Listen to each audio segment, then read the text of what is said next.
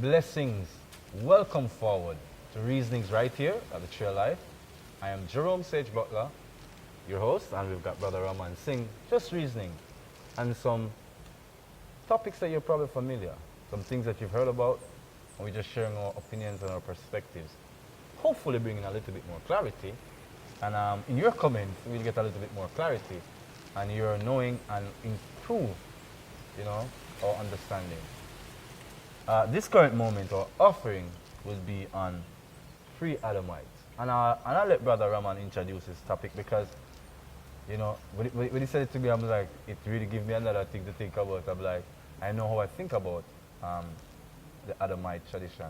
But let's hear Brother Ramon's view and then we can go forward. Yes, blessings and greetings, everyone. Yes, so Sage, the Pre-Adamites. So as the word says, people before Adam. Mm-hmm. Pre-Adamites. Yeah. The people before Adam and Eve. Because we know it might sound strange because everybody knows, Adam and Eve is the first man and woman. So you take that one. You see me? But the Bible, it can't contradict itself. Mm-hmm. You see me? And the Bible teach you everything, Because what the Bible teach is that God did make man and woman. Mm-hmm. And then he make a garden and place Adam in it. Yes. But the difference between the first man and woman and between Adam and Eve is that the Most High blow the spirit into man. So man have an everlasting soul. Yes. Eternal soul. But the first creation never have that. You see me? You're touching some interesting topics here. Because you have to wonder now, if Adam and Eve, they are the first people, then how come Satan come in the garden to come corrupt it? So we have to wonder now, at what point did Satan come on earth? At what point did Satan actually go against God? For him end up in the garden so early in this creation stage. Oh. How him there in the garden corrupted minded already in the garden? How? Because him was here a long time ago. Him there millions of years because God make earth a long time. But what is new to earth is the Garden of Eden. Okay. That was made 6,000 years ago. Okay, no understand. That's why Adam and Eve's storyline is 6,000 years ago. Because that was God's recent creation. He made a garden called Eden. The purpose of Adam was to tend to the garden and the animals. If you read Genesis properly. Yes. That is the purpose of Adam, to tend to he's a gardener. Yes. If him purpose tend to the garden, what God make, because this garden is special from earth, Yes. This garden only have fruitful trees, only beautiful fruit trees, and only beautiful flowers. Yes. If you read it properly. Yes. Because I'm going to put the word them down in it. I'm going to put the Bible verse in it. Yeah, because, you see me? Not to interject there, but I've had a friend of mine, because remember we said we go to the tradition of studying information. I had a friend of mine who once said, Jerome, because remember, I give thanks because I have you in my life and I've had this brethren, who are more the people who study the Bible. And he would say to me, if you look clearly, and he's pointed out to me, he says, there are two creation stories in Genesis. Yes, sir. And if you can clearly discern that there are two creation stories in Genesis, you can see. And historically, it says that there's a point when man was created that the earth was void. And then the Father brought life forward. So it's like there was the earth before. Yeah. But then this creation, I call it in my consciousness, because it's how I've been awoken and the Lord shows me, I call it the reality. Now, people hear me talking about, what is I'm talking about the reality? When I'm talking about the reality, this is what Ramon just said. It just clicked with me. It just clicked with me, Brother Ramon, what you just said. It just clicked with me.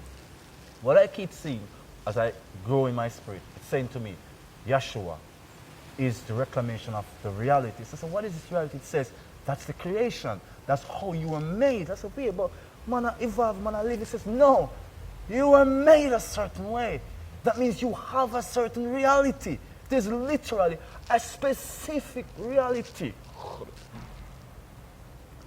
This is correlating to what you said, that there is a version that people are living that is not actuality. I call it actuality now. That is why it is supported, because the old laws promote a certain kind of what the fallen call the hedonistic life, which is a life based upon knowledge and flesh, right? And the power of will and so forth, right? These things are almost always conjured up in what we call the occult, which we know is that they are channeling what we call lower level frequency. Christ showed me that, like, we've been traveling through time. He said this to me. God showed me this recently. And I guess I'm to share it. He said to me, why do we talk about tradition? And he says, Jerome, have you wondered why? I said, God, let us know, say, we do good things. And he said, no, there is a creature. There's a creation I made. I told the creation, this is the way you must live. That's why traditions come. Some man come tell us, say, oh, you do anything you want, just sorry for the patwa, but me have to talk, because when get, my spirit is raptured, that's what come. You can't tell a man, say, right? Him to be something else, contrary to what he's created to be. You understand? God make you a certain way. So him say, from I made you, there's something I put in the people to follow a specific thing.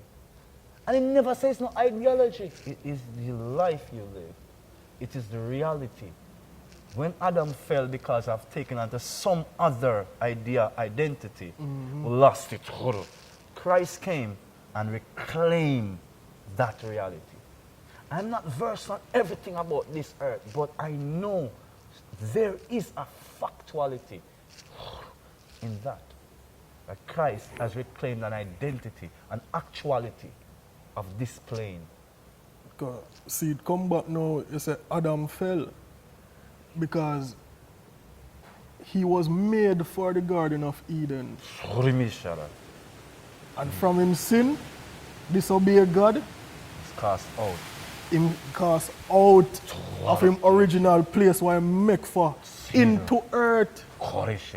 Into earth. Oh.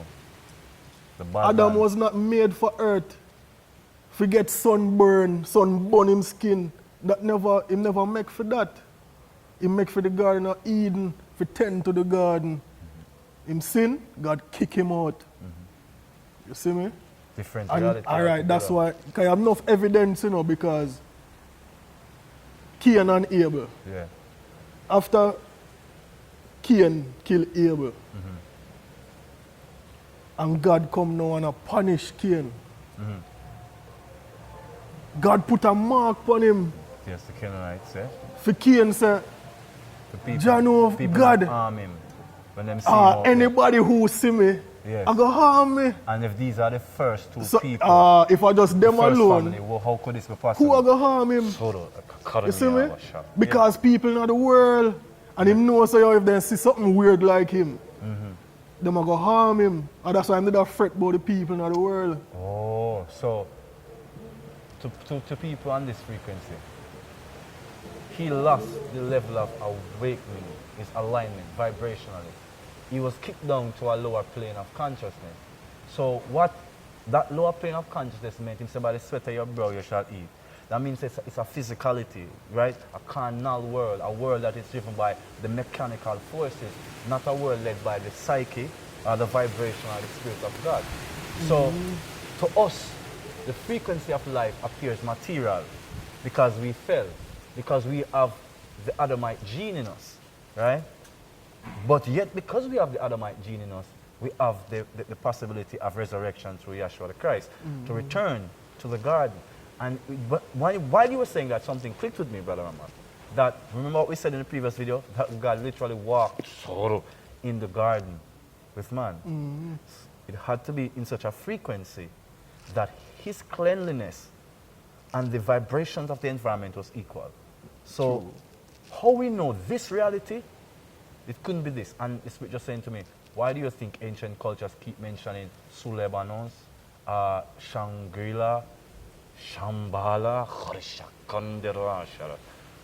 these dimensions, right? The emerald city in the sky, are dimensional, vibrational places that are said to exist within the cusp between heaven and earth. That there is truly a bridge or a gate that is closed off from us. And that gate is the gate of the garden.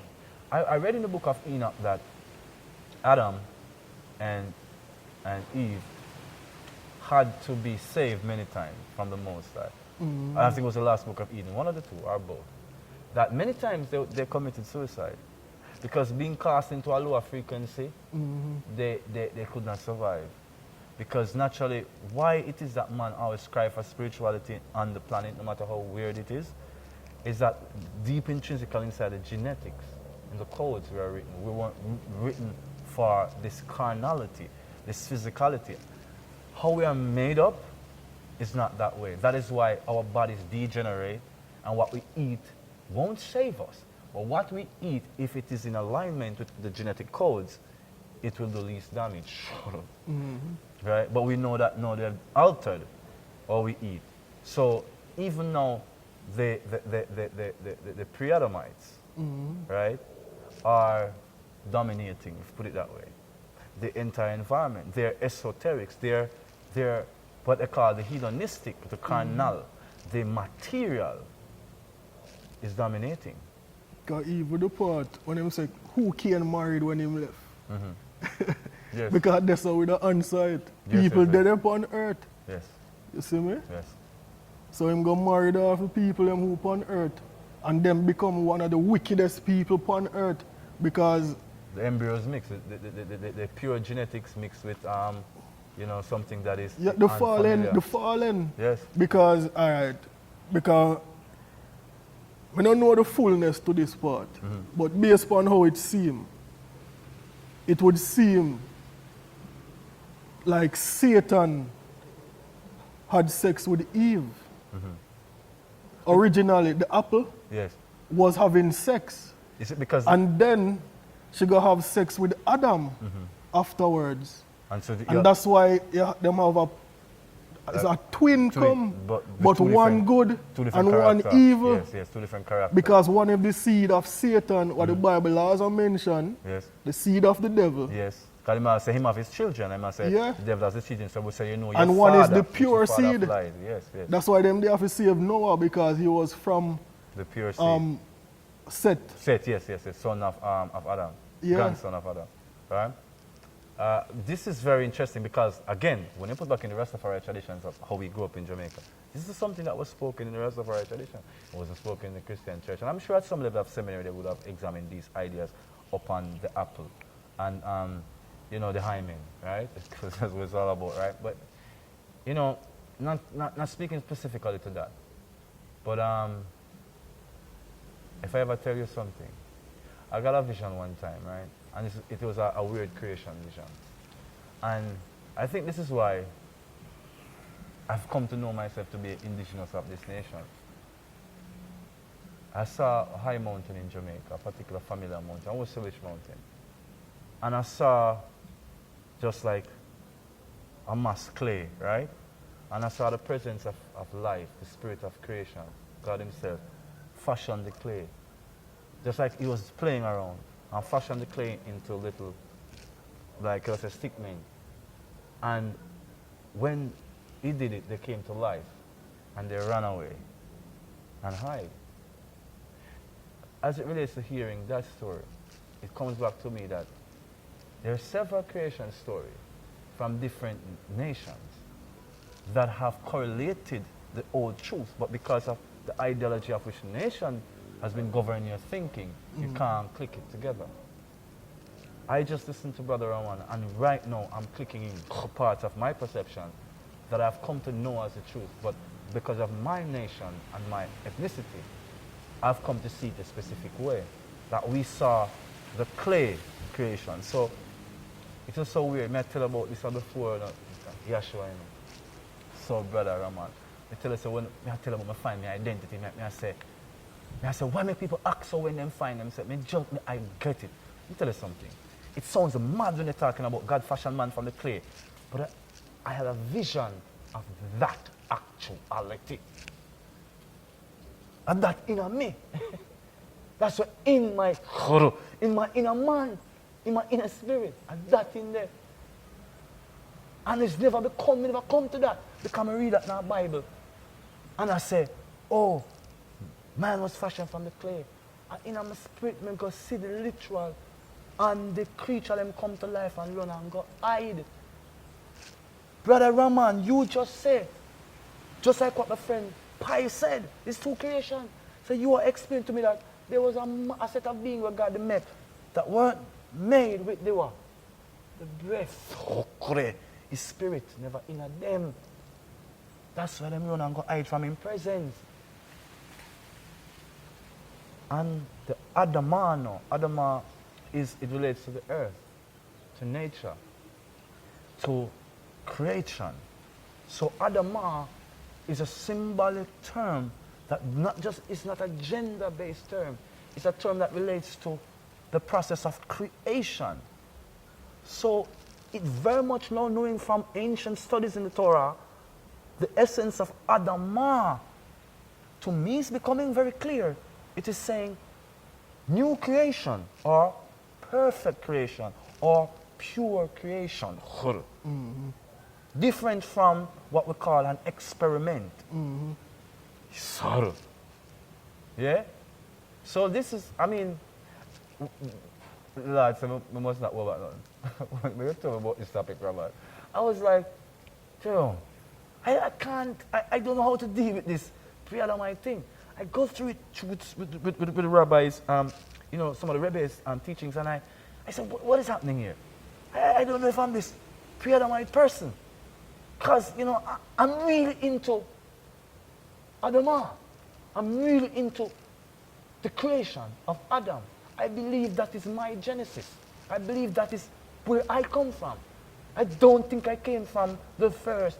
But Christ said before the world was, before Abraham was, yet he was. Mm-hmm. So intelligent life existed before Adama, before the Adamic generation. Look on our next evidence, sir. In the first creation, God made the animals before he make man and woman. Okay. In the second creation, he make Adam first. And Adam was lonely. So he make animals to keep Adam company. And him is still lonely. And then he make a woman, all time ribs. What different from God making man and woman. God make man first. Then he make the animals in the garden. Yes. And then he make the woman. Total different order from first creation. Man and woman, he created them in his image and his likeness. Yeah. Okay, see? You know, what I learned first just as I was coming into following Christ fully, when I realized that, wait a minute, this is actually awakening. I was saying to myself, how come you think awakening was knowledge? And now I can realize that when I awoke, I got more knowledge than anything else. And this is the point I was trying to make. When I was just awakening, I realized that there are 504 codes that esotericians and metaphysicians use to interpret the text as the Bible, what we call the Bible text. There are 504 codes to decode it to an actuality. And I said to myself, what? And I said, wait a minute. You mean say you have some people will read and go so boom and open a book here. And all them get out of it is just a thing will go so clack up their minds, so Ramon just lock up their minds so. And then when some people go so open a book there so. And when they open a book there, you see them like you travel past the realms, so them saying a Bahad Gavita, them a talk about this a book and the Emerald Keys. You go see open a book, you see the same thing in that book there. You see the same dimensional being them, alien gods, fallen angels. You say, wait a minute. You start finding out about the generation of energy and the uses and the depletion. You start learning about the perfect bodies and the energy system. You know that same book there? The same book that some people just have, it can make them a go loony. It can make them a go psycho. So I realized that is why when we talk about Yeshua, Jesus, and I talk about no qualms in my spirit, there is compartmentalization. And this compartmentalization, I've come to understand, is how the psyche of this Edomite empire evolved. And so this Edomite empire, through the same mix with the Canaanites, right? They really seize power through cunning, like a wolf and a fox, strength, like a bulwark, and ingenuity, right? And a little bit of cunning, like a hyena, right? And a whole lot of stealth, like an eagle, and an ark. So their animal totemism is so high. Oh. So they have used an animus, the animus, to kind of project a lower animal nature into its subjects. It is a brilliant, unorthodox, evil scheme that has worked, but has not worked completely. Because they do not know the core of the construction of the Edomites. That is why we are still here, still called the wackos and the unusual people. They called us the same thing 1,000 years ago, 2,000 years ago, right? And they're still calling us that now. But we're still here. And this reality, the Edomite reality, that Christ is the second Adam, which I always say, we are still here. Or we're still going to be here. Way beyond, the pre-Adamic beings. Nabi always talks about the mixtures, because you were talking about pre-Adamites, because I'm an Adamite, so I was like message from you was talk about, talk about stuff before that in the cosmological, why you give me problem? Yesterday, Baba, you're stubborn as a student, you keep giving me problem.